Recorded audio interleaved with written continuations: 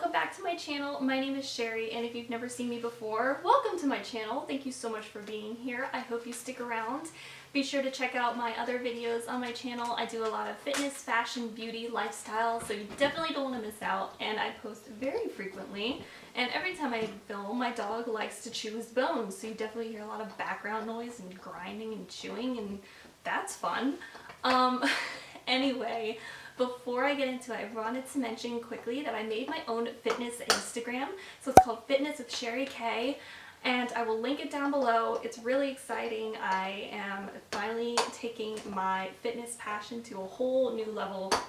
So if you're into fitness and everything in that whole realm, definitely give that page a follow. Anyway, today's video is all about how to grow out your bangs. As you can see, my bangs are back here.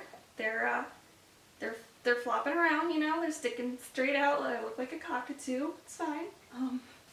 But yeah, I wanted to give you guys some advice about how to grow out your bangs the right way, because there's definitely a right way and a wrong way. I feel like the wrong way is just letting them do what they want, because they ain't gonna sit pretty all the time. It's not a cute look. And trust me, I will insert a photo. I've had straight across bangs before. So I'm talking from a standpoint of growing out curtain bangs and also like straight across bangs, because I've had both. But recently, I will insert a photo, I got curtain bangs and kind of regretted it. I'm not gonna lie, I didn't look as cute in them as I thought I would. It's my face's fault. It's honestly, it's not the hair, it's literally my facial features just are not cute enough for them. It accentuated features that I just don't like about myself already, so getting curtain bangs is not it. So I'm really glad that I didn't do it closer to my wedding day, because that would have been a little bit of a freak out there. Yeah, so I am in the midst of growing out my bangs. Before I cut them, they were actually pretty long. They weren't exactly the length of my longest strand of hair, but I would say that they were like probably to my boob length. So they were really long. It was a lot of hair that came off, and I'm in the process of growing them back out, and hopefully in 7 months my hair will be, I want to make it maybe to here. Might be a little ambitious, but right now they're like to my chin, kind of maybe a little bit above my chin, maybe to like the bottom of my earlobes. But yeah, so there are a lot of ways you can help to speed up that process and also make the process of growing out bangs a lot less awkward.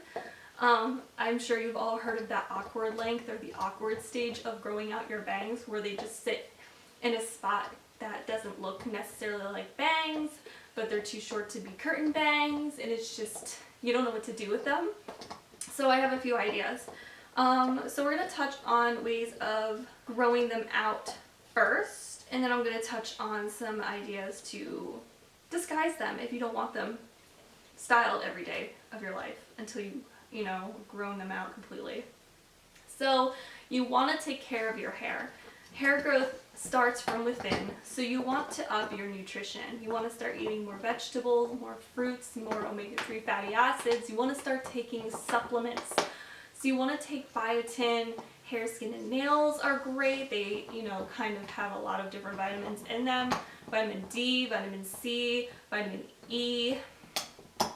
You want, you know, your iron to be sufficient. You want to get a lot of sleep too, because these things are all going to speed up cell production. And when your cells are renewing and rejuvenating more, it's going to cause things to grow and flourish. It's a lot of different things, like your skin will look better, your hair will start growing, your nails will start growing, you'll have more energy. Like, it's a lot more things than just one. So you definitely want to start upping your health and nutrition. You want to drink more water, and you want to up your supplements. So if you're not taking vitamins, I would recommend to start taking vitamins. It's going to give you a lot more nutrients than what you probably have already, and it's going to help speed up that hair growth process. Next, you want to start doing coconut oil, or what's that other one called? I was going to say canola oil, but that's not it. Castor oil. You want to start doing coconut oil and castor oil hair masks. So you want to put those on your scalp, massage it in, leave it on, and that's not only going to condition your hair and strengthen your hair, it's going to produce hair growth. So you want to keep your hair as healthy as possible. Healthy hair is going to grow beautifully from the root down. So if you are styling your hair every single day, your hair is going to break, it's going to get frazzled, it's going to split, it's going to not grow. And if it does grow, it's going to be very tattered, it's going to take a lot longer, it's not going to look pretty. So you want to stay away from heat tools as much as you can, honestly, and you want to deep condition your hair more. So those are different ways to up the growth of your hair. There are definitely a lot more ways out there, but I just find that those things definitely work for me. So I would do hair masks maybe about once a week, maybe up it to twice a week if you're really in that process of wanting to grow your hair really fast. But I've seen significant differences in my hair growth when I use like coconut oil and castor oil on my hair. So you also don't want to wash your hair as much. So washing your hair is obviously going to strip the natural oils, and the natural oils really do help produce hair growth. Oh my god, my dog stinks. Sorry. But yeah, just like with the rest of your hair, you know, your bangs are going to get oily more often, so I understand you're going to have to probably wash the bangs themselves, maybe like every other day, every 2 days, but do with your bangs what you would do with your head, like your scalp. Use dry shampoo. So you can prolong the amount of days that you're washing your hair, because, you know, washing your hair is only going to dry it out. It's going to strip the natural oils, and natural oils are going to help stimulate that hair growth. So that's important. So definitely use dry shampoo in between days that you're washing your hair, and doing all of these things together is significantly going to increase hair growth. Okay, now let's get into the ways that you can deal with the awkward hair stage, because I've been there and oh god, it's rough. It feels like it's never going to end. And I feel like in high school it took my hair so long to grow, like so long to grow.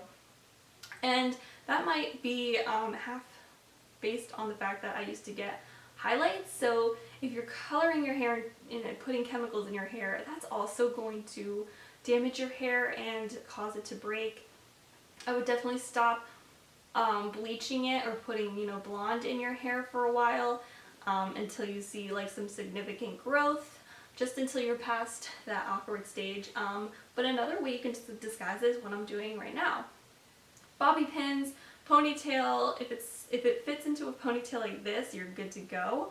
You can also bobby pin it in a cute little bump on the top of your, like a little floof on your head. You can also use a headband. Headbands are great. You can just push your bangs back. You got a cute hairstyle, cute accessory, and it gets your bangs out of your face, and they don't have to look greasy or, you know, gross or anything. You don't have to wash them. You could also pin them to the sides. You could put in braids in the sides and pin them up that way. There's a lot of different hairstyles you can do to incorporate your bangs, like French braids, you know, cute clips. There's like trendy ones you can get now that are like really pretty. Yeah, other than that, obviously the only other thing you can do is just to style them. So I have a couple of ways you can style curtain bangs up on my channel, so I will link that video there. And once your bangs are in the curtain bang phase, you can style them a lot easier, as well as, you know, clipping them back, giving them a break once in a while. But yeah, from straight across bangs to curtain bangs, you can get that awkward stage. So I would definitely do all the things I mentioned to get past that stage. And once you're in the curtain bang stage, just you know, keep following those suggestions, but you know, you can definitely style them a lot more easily. And yeah, I would just, you know, cool it on the hot tools, because like I mentioned, that's probably gonna, you know, just break the hairs and prolong that process. But that is all the tips that I have for you guys today. I hope you enjoyed this. I hope it was helpful. And if you regretted cutting your bangs, trust me, you'll get through it. It's hair. It does grow eventually. just embrace it, you know? Because sometimes you look back at photos of a haircut that you thought you hated and you're like, didn't actually look that bad. So maybe you're just being a little bit overly dramatic about it too. And you know, I think confidence is definitely the best thing you can do in this situation, because if you think that you look amazing, other people are gonna think you look amazing, and that's honestly the biggest tip I can give. So thank you so much for watching, guys. I hope you're having a great day, and until I see you in my next video, bye!